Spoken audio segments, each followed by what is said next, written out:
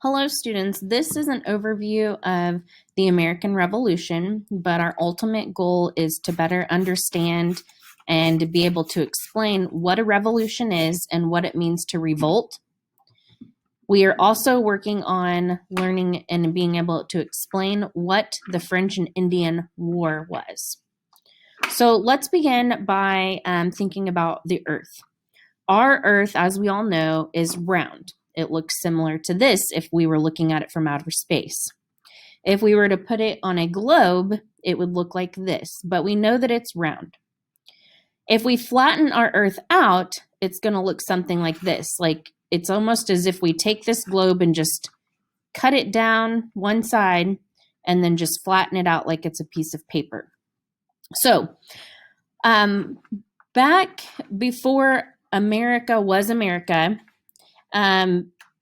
the people that lived in some of these continents did not know it was here. They thought all of this white part was just water, and they only knew about these countries that were over here. And Europe is right here, right in this area, okay? So many of the spices and different things that they would use, they got from India. And India is right here. And in order to get those spices from India, they would have to either take their ship and they would have to sail it down around the coast of Africa all the way up here to get to India, or they would have to walk by foot through here, this land, to get over there, both of which took a long time and were very dangerous. So that's when a group of men decided that they were going to try, instead of sailing this way, they were going to sail that way. A lot of people thought they were crazy because they thought the earth was flat and that they would fall off the edge of the earth. But these men, they decided that they were going to take out on a voyage and go ahead and sail this way. When they were sailing, they just happened to end up down in here somewhere. When they first got there, they thought that they were in India, and that's why they called the Native Americans that they came across there Indians, because they thought they were in India. Later, they realized that they discovered a new land. So that is when King George, who is the king of Great Britain, decided to start sending people over to explore the land. Now, I want to explain a little bit more about Great Britain. England, Great Britain, and United Kingdom. You will hear the three of these used throughout this unit, but here's the difference between them. So, here's a map of it in closer, like where you can see it up close. London is the capital of England. So if we look right here, England is a country. Britain is the area that consists of England and the country of Wales. So if you look right here, this whole area right here is England. Ireland is not part of England, but Northern Ireland is part of England. So England is a country, and then Britain is, like Great Britain is this area, all of this. London is down here, that's the capital. Wales is right here. It also includes Scotland. And you can see England is right here. So this is England, Scotland. So it's almost like Great Britain is like North America, and then England is like the United States, and then Britain, like Wales, Scotland, Northern Ireland, those are like states like Missouri, Kansas, Arkansas, Oklahoma. So a lot of times you will hear these interchanged with each other. And no matter if a person uses the United Kingdom, Great Britain, or England, they're all still talking about, Great Britain. It's all the same. So now let's go back to our map. So after Great Britain or England or the United Kingdom, which again is right in here, after they started sailing over, some other countries also began sailing over to North America, but it wasn't called North America yet. They were all trying to claim land for their country. So now I'm going to zoom in a little bit just on North America so we can take a look at it. So this is a map of North America. North America includes Canada, the United States, Mexico. And so whenever they first came over, France, they took control of Eastern Canada. So they kind of took control of all of this area here. France did. They took control of that. And then they also took control of the Mississippi River area down in Louisiana. And that's going to be important to know. So this is Louisiana, and they took control of this area down in here because there's a waterway that kind of goes up through the United States. So France took that area. Next, Sweden and Holland also wanted to come and, take some land. And so they settled near the area that is New York. So they were up in this area, and I'm going to change that color. And then Spain, they also came over, but Spain settled mostly in Florida. So they were down here. They also had some land in Texas. And then they also took some land in California over here. And that's where they mostly settled.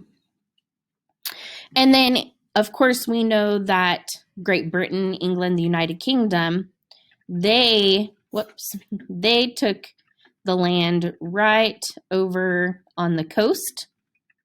And so all of this area, and actually this is probably a little bit up higher, all of this area right here became part of New England, Great Britain, all of that. So this is where the king took his land.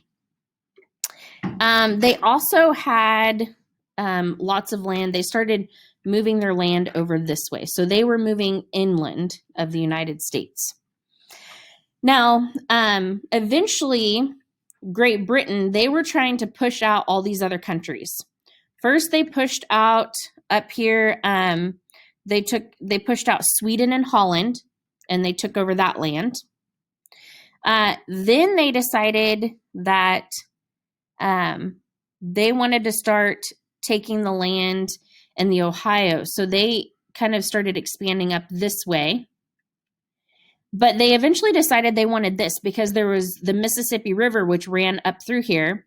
And so they got into a fight with the French over the Louisiana Territory. And this is important because it's a way that they could get goods around here. This was called the French and Indian War, and we're going to learn some more about the French and Indian War. I have a reading passage for you to read. And this is where George Washington first started becoming famous, I guess. And eventually, Great Britain did win this territory where they got the French, or they got Louisiana.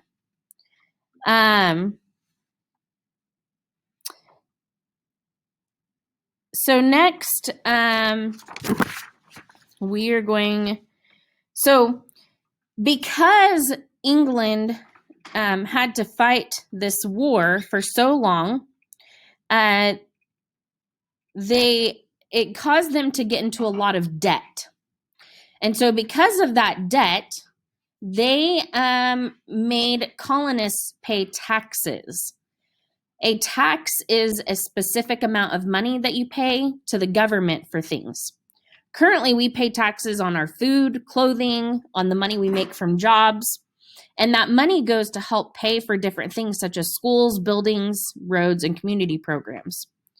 Citizens vote for people to be in the government to decide on what things we are going to pay taxes for. But that was part of the problem. The people deciding who were going to pay these taxes were over in Great Britain, but there was nobody that actually lived in the colonies living in Great Britain that got to decide on who paid the taxes or not. So if you lived here, you didn't have to pay any of the taxes. But if you lived over here in the red, you were having to pay all of these extra taxes. Some of those taxes, the four taxes are the Sugar Act, the Stamp Act, the Quartering Act, and the Townshend Act. And you're going to learn more about those later on in this unit. Because of these taxes, the colonists started saying no taxation without representation. And what that means is that if they don't get to have somebody that lives in the colonies as part of the government in Great Britain, then they don't feel like they should have to be taxed on things. So Great Britain knew that they were starting to get upset, and they sent part of this was the Quartering Act, where they had to allow British soldiers to live in their homes. And so they sent them over to Boston. And in Boston, a big event happened called the Boston Massacre. And there's a couple of different perspectives on this. Some people think that it was the British soldiers' fault, and other people think that it was the colonists who started this. But these events are kind of what started the American Revolution. And a revolution is when a group of people work together to overthrow or get rid of a government. So the French and Indian War kind of started it, and then because it caused them to impose taxes, then a lot of events happened that kind of just kept making it progress until it turned into war, such as the Boston Massacre. Then a group of people got together for the First Continental Congress, and they wrote a letter to the king telling them all the things that they were upset with and demanding that the king change these things, or if he didn't change these things, they would boycott tea. And back then, Great Britain made lots of money off of the taxes that they had on tea. Well, the king did not listen, and so the colonists boycotted the tea, and that's where the Boston Tea Party came in, which we will also learn more about. After the Boston Tea Party, the Great Britain sent more troops over, and that's when people kind of had to decide if they wanted to be a patriot or a loyalist. A patriot was people that wanted to break away from Great Britain and start their own country, and a loyalist was someone that wanted to stay under the king's rule and be protected by them, and they were on the king's side. And so that's when the revolution really started taking off, and there was a lot of major battles that happened. And we all know that in the end, the Patriots won, and they sent the Declaration of Independence over to King George, and it was signed on July 4th, 1776, and that's why we celebrate the 4th of July, and that is how the United States became a country, and it is called the Treaty of Paris. All right, so that is the introduction to the American Revolution. We will continue learning more about it throughout this quarter, and I hope you enjoyed as much as I do.